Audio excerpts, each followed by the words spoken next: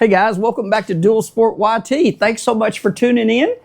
Today, we're going to go over a few things. We did get our Yoshimura RS12 full stainless steel exhaust came in today, and our ECU flash from 550 Performance and everything that goes with that to take this to a stage 1 kit should be here the next day or two. It's out for shipping. We just don't have it exactly yet, but we've had holidays and weekends, so it ought to be here in the next day or two. We're going to get all that put on, tell you our thoughts on it, and try to take you down the road to see what we think of that upgrade for this bike. We have a lot of other stuff ordered for this bike that may start trickling in this week. We did go ahead, as I said, we did go ahead and order the new tires for this, and we just went with the D-Sport package from Tusk just to try out that bundle to see, because it's so economical. We wanted to try those tires to see, you know, and give you a full review to see if you think, you know, maybe you can kind of get tires on a budget, which sounds horrible, but they do have a good special running on them right now. And so those ought to be in the next few days, and we're going to have them put them on the bike. When we started this channel, we wanted to have multiple bikes.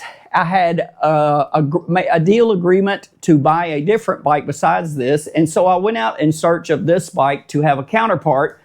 Well, the first deal fell through, can't get it now, so we bought this one, but now I'm in a point where I've got to make a choice on a second one, and I need to do it pretty fast, so the content on the channel is actually what we decided to do from the start. So today, we're going to look at 4 or 5 different examples of different bikes that we think would pit well up against this. Now, we haven't ridden them and we haven't reviewed them, but we're just going to base our talking points on other reviews and research we've done on the bikes, and maybe in that process we'll tell you why they weren't our first choice to purchase for the channel, but now we have to have one of those. So I want to go over those units with you and kind of give you my thoughts from watching months of reviews and different reviewers and different product placement to try to figure out which one could probably work the best for this channel, so we would have 2 relatively equal motorcycles and not have something that's complete disparity. So I believe from everything that I read and watched, one of the main reasons I didn't buy that bike is because even though they did put fuel injection on that bike this year, and obviously they probably did a little bit more upgrading to the bike, they still left it as a 5-speed. And in my initial views of other people's reviews, it was always a sticking point as to why they left it at a 5-speed. Now, I'm not a professional rider. We're in the lower section of Alabama, and there are numerous motorsports parks, and we're going to be filming at all of those. So most every one of those parks we're going to be riding to. So when I purchased this does have that 6th gear. And if you get up to highway speeds, none of these bikes are going to be amazing on the highway, but they're good enough to get you from point A to point B with a little bit of consistency and, you know, a little bit of, I don't feel too horrible, you know, running up on the interstate and or back roads to get there. So the DRZ4 is still a contender, and I need your comments. What do you guys think? Should we just go ahead and get that bike? So our second bike we want to talk about, and some of these are there's a little bit of difference, would be the CRF 450L. Now, it was obviously my first choice over this, but I believe with the way the 450 is built, one of the main things I'm looking for at all times is low maintenance, confidence, not having to do what I used to do on 2-strokes, on, you know, riding in the woods all the time, constantly working on them. I guess my main priority is I will not buy carbureted engines anymore. I've just spent most of my life working on carburetors, and I would rather, it's not something I want to do. So fuel injection is a must. So the 450L seems like on paper the no-brainer to buy. From a lot of the reviews I've watched, I believe that bike is going to need as many, if not more, upgrades than we're going to have to put on this bike. Now, all of this is going to cost money. I knew that. It's not really a money thing, but I hate to buy a bike with a little bitty tiny gas tank, and I've got to go back and kind of redo everything, you know, for it. And they want almost 11 grand for that bike in its stock form. Is it a great bike? From everything I've read, once you do the upgrades, it's amazing. But I wanted to kind of keep it closer to this. So for right now, the 450L is still a contender, and it may be what we get, but it is a little bit further down our list. Now we're going to change directions a little bit.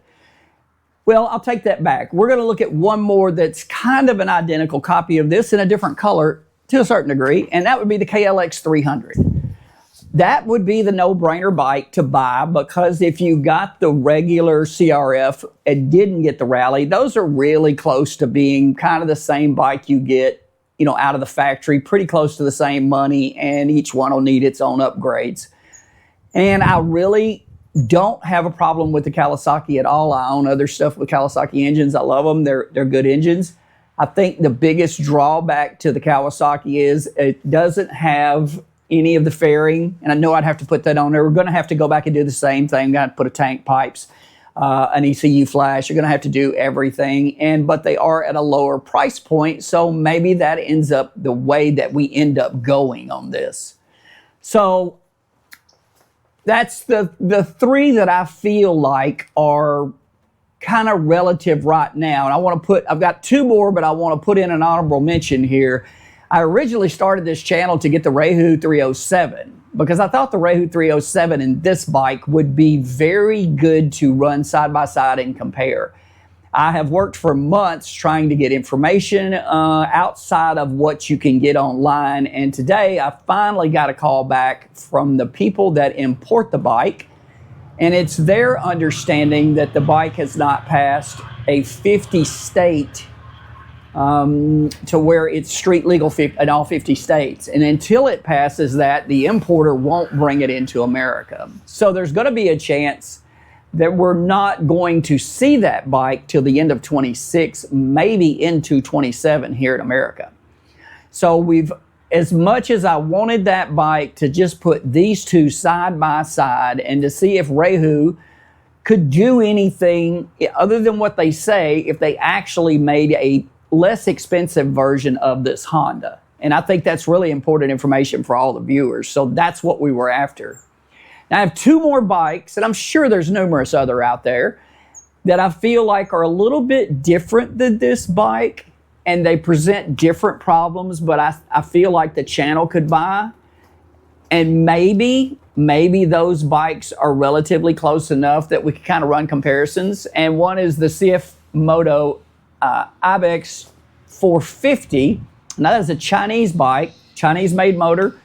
It has gotten numerous really good reviews. I believe the reason I didn't buy it to start with is simply its weight. It's going to be, with everything on it, it's probably going to be a little over 400 pounds, where this one's probably in the 330s.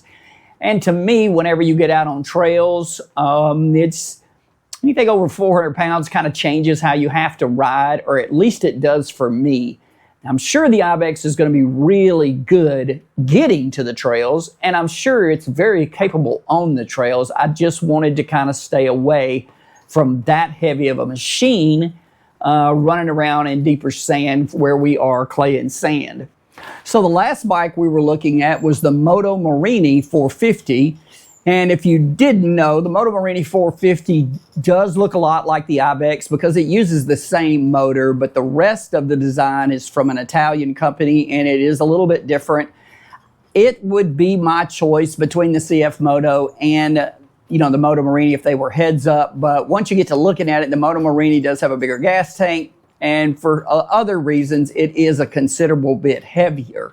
So I put it on the back burner, and I haven't made a decision yet on which one to get. The only other thing that we haven't talked about yet in this kind of class would be the KTM Adventure R, and that would probably be relatively close to this.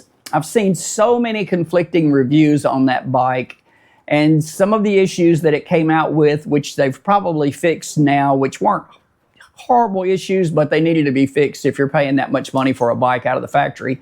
Seems like they've got most of that rectified now, but I just don't know from the reviews if that bike has enough low-end power to be more of a trail bike. It may be more situated without upgrades. It may be more situated for the highway.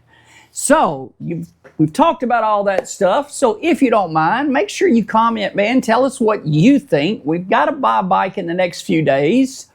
We're going to have a lot of content for this, but we want something else. We want to be able to do dual content, and we would really appreciate your help. Man, as I said at the start, thanks so much for stopping in the channel. We are not sponsored. We don't have any affiliates at the moment, but we are working on some free products for you guys, and they'll be universal, and we're going to put them on the channel, and you guys can win them just for simply being on the channel. We really appreciate that. Let us know in the comments what you think about what we need to get, if we need to get another bike. And make sure, if you're not, man, we'd really appreciate it if you'd hit that like button and hit that subscribe. We would really like to grow this community, and we're going to have some really good content as far as riding and non-biased, truthful reviews. All right, guys, as always, man, we really appreciate you tuning in the channel, and we'll catch you guys next time on Dual Sport YT.